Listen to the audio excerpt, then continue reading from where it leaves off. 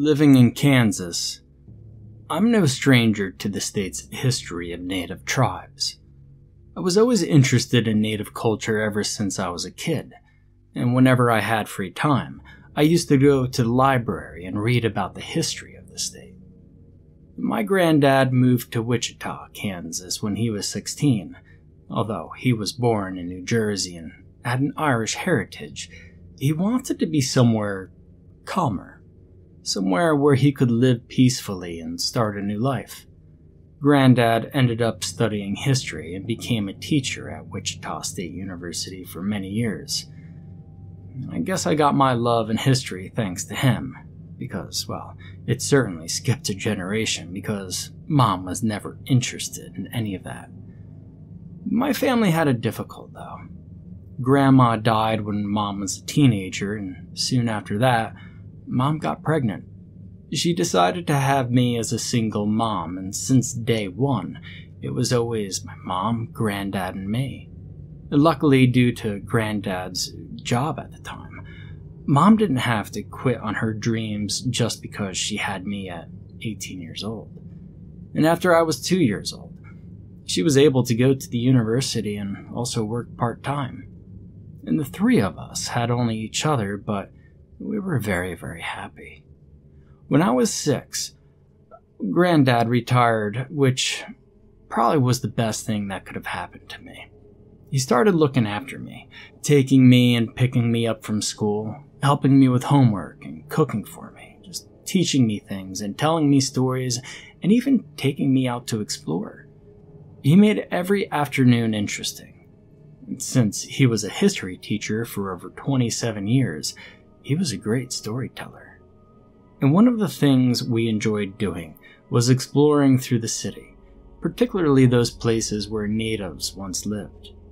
We did this very often, and not only in Kansas either. When my 9th birthday came, my mom had a surprise. She had a boyfriend named Connor.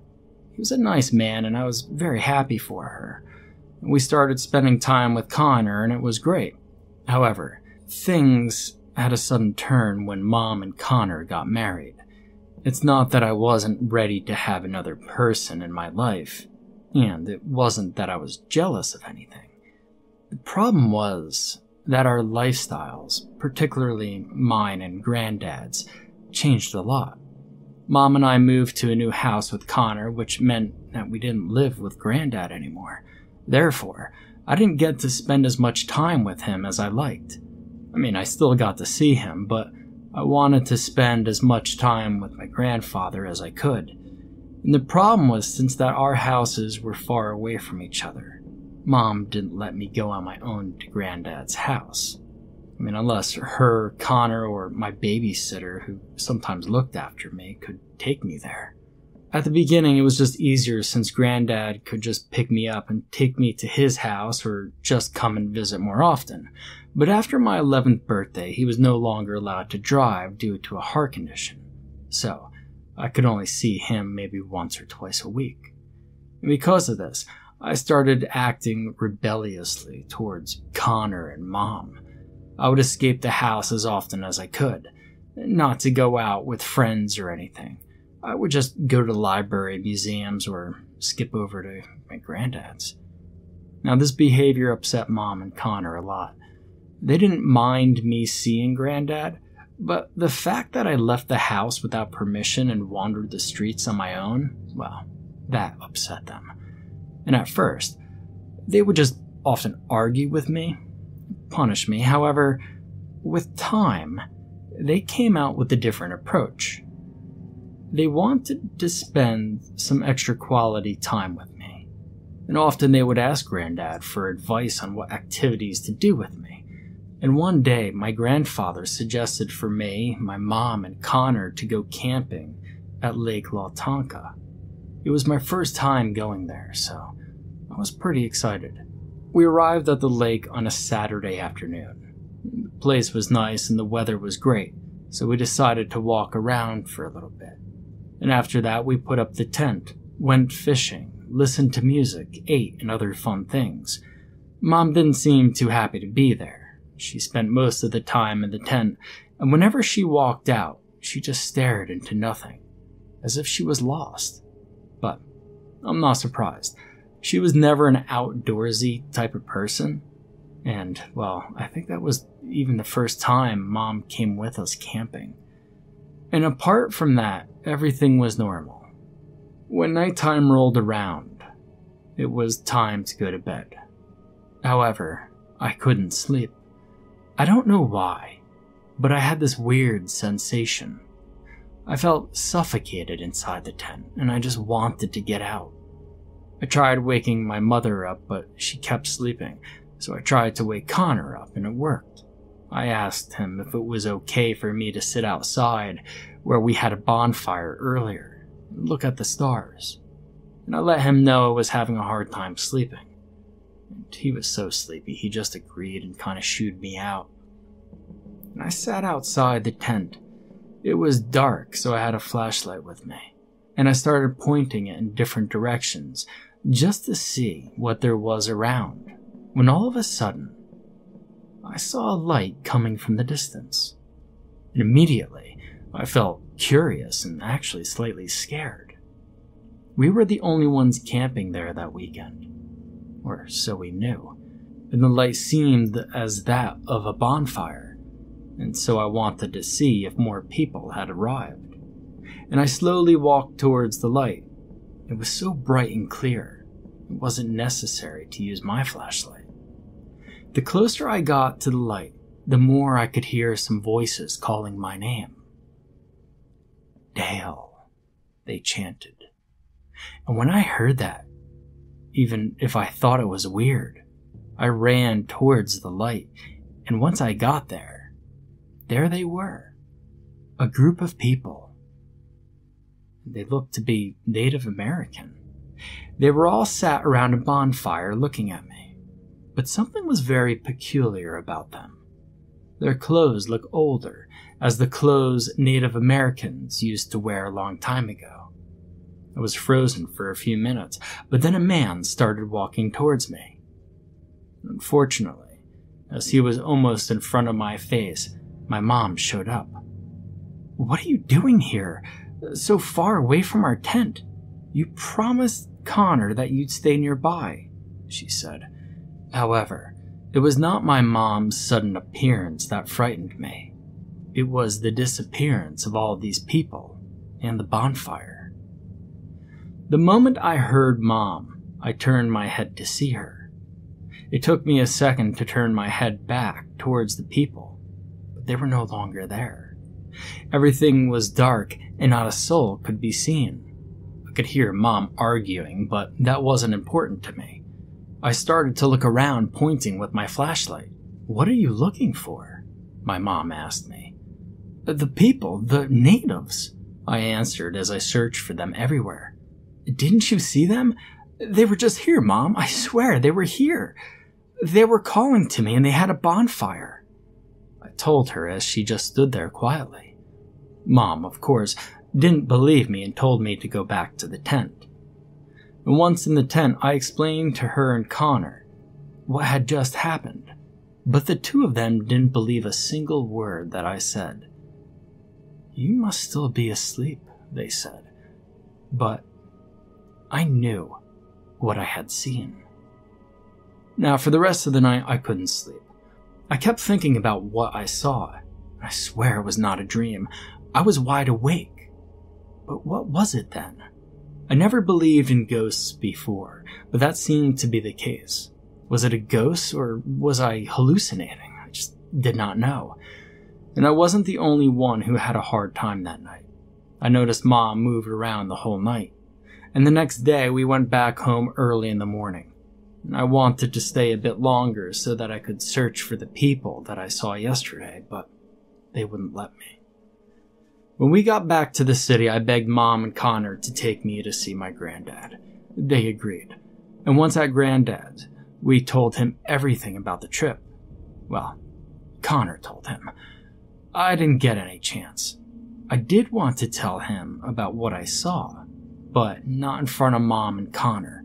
However, I think being oddly quiet was a red alert for my grandfather, who asked me in front of the others if something was wrong with me. Well, he's seen things. Or, he believes he's seen things, Connor answered. Oh, well, what kind of things? Granddad asked. I think he's just way too obsessed with history, Connor said. And before I could say anything, Mom grabbed her purse and told us to get home. For, well, she was tired and had a headache. I noticed Granddad looked very thoughtful, especially while looking at my mom. The next week, I was very busy at school, and I remember my grandfather contacted me on a Friday. He asked me whether I could go to his house that weekend, and I asked Mom for permission, but she claimed that we had other things to do. Mom wasn't the same since we went on that camping trip. The random thing is that Mom claimed we were busy that weekend, when in reality, we spent all of our time at home. And whenever I asked her if I could go to Granddad's, she just kept saying, "Next weekend, honey." I noticed the phone rang more than once, and mysteriously, she rushed to pick it up. I even heard her arguing a couple times. "You can't tell him. If you tell him that, he'll find out," I heard her saying. "He's not stupid. He's going to start asking questions. You're not going to take him there. I don't like those places." Now, I didn't know who she was speaking to, but I had my suspicions it was my grandfather. On Monday, while I was at school, my teacher made me leave the classroom. She told me there was a family emergency, and I was being picked up. And I was scared at first, and then I saw Granddad, and I knew everything was going to be all right. And as we were on the road, I started asking many questions, but he wouldn't tell me where we were going. However, as we drove further, I recognized the way we were going, and it was to Lake Latanka. "Why are we going there?" "Oh, I just want to confirm something," he replied, and that's all he said.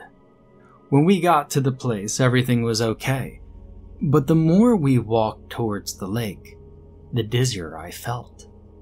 Granddad was next to me all the time. However, all of a sudden, he was no longer there, and the sky got dark. I started screaming and freaking out when I heard a voice calling me.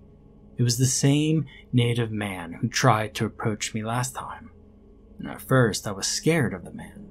I was convinced he was a ghost. "Where's Granddad?" I screamed, but he didn't say anything. And the man started walking away, but looked at me as if he wanted me to follow him. And so I did. After a couple of minutes of following the man, he stopped, and I recognized exactly where we were. It was the same place where I saw the man and the others before. The man pointed at the ground with his finger as he spoke in another language. Despite me knowing only English, I managed to understand what he said. "Here is where he lay. Find him, and justice will be served," he said before vanishing one more time. Almost immediately after the man vanished, I heard Granddad calling to me. He was right next to me. I looked around and the sky was no longer dark. Granddad looked very worried. I asked him what had happened, and he told me all this time I was pretty much sleepwalking while talking to someone. And at that moment, I knew what he meant, so I told him everything I've seen and heard. Granddad didn't judge me. In fact, he told me that he believed me. After that, he said that we needed to go back home, and he said he would look into it. On the way back home, while we were in the car, Granddad explained something to me.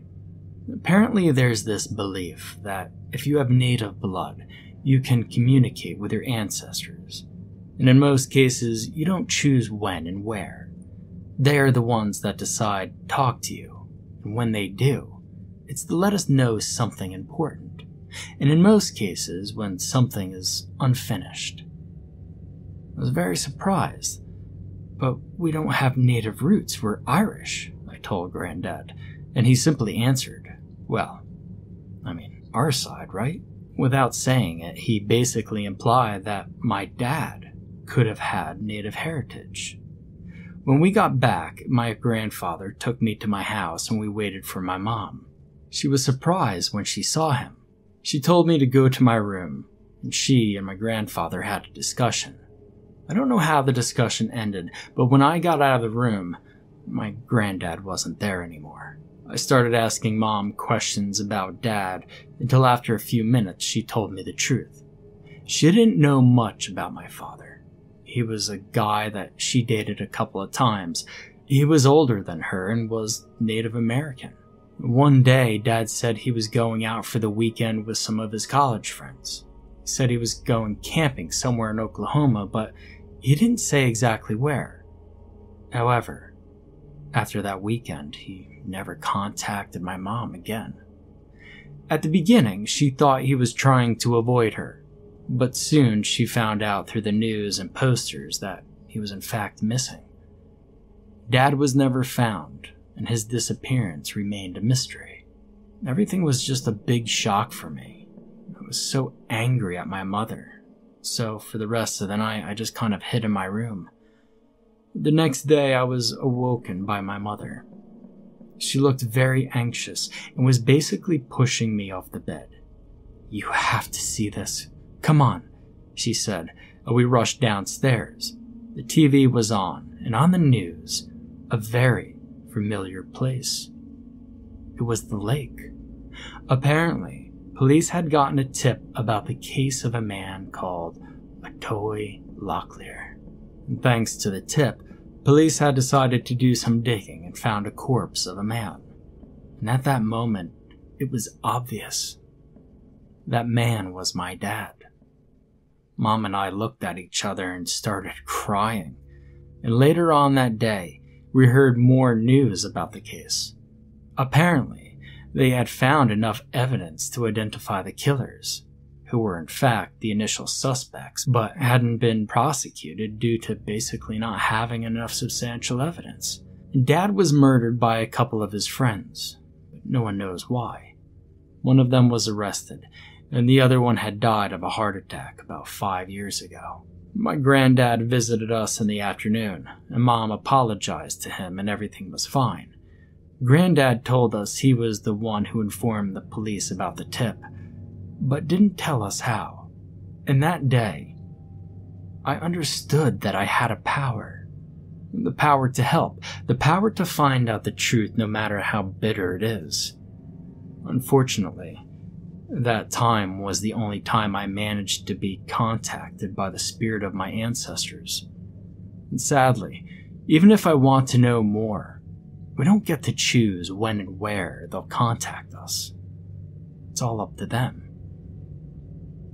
I'm an adult now, and thanks to having solved the case of my dad's disappearance, I'm now in contact with my dad's family, so I'm very much in touch with my roots. I try to travel to certain historic places from time to time, but I still don't get any messages from my ancestors. But I don't lose my faith, because maybe one day I can be useful again.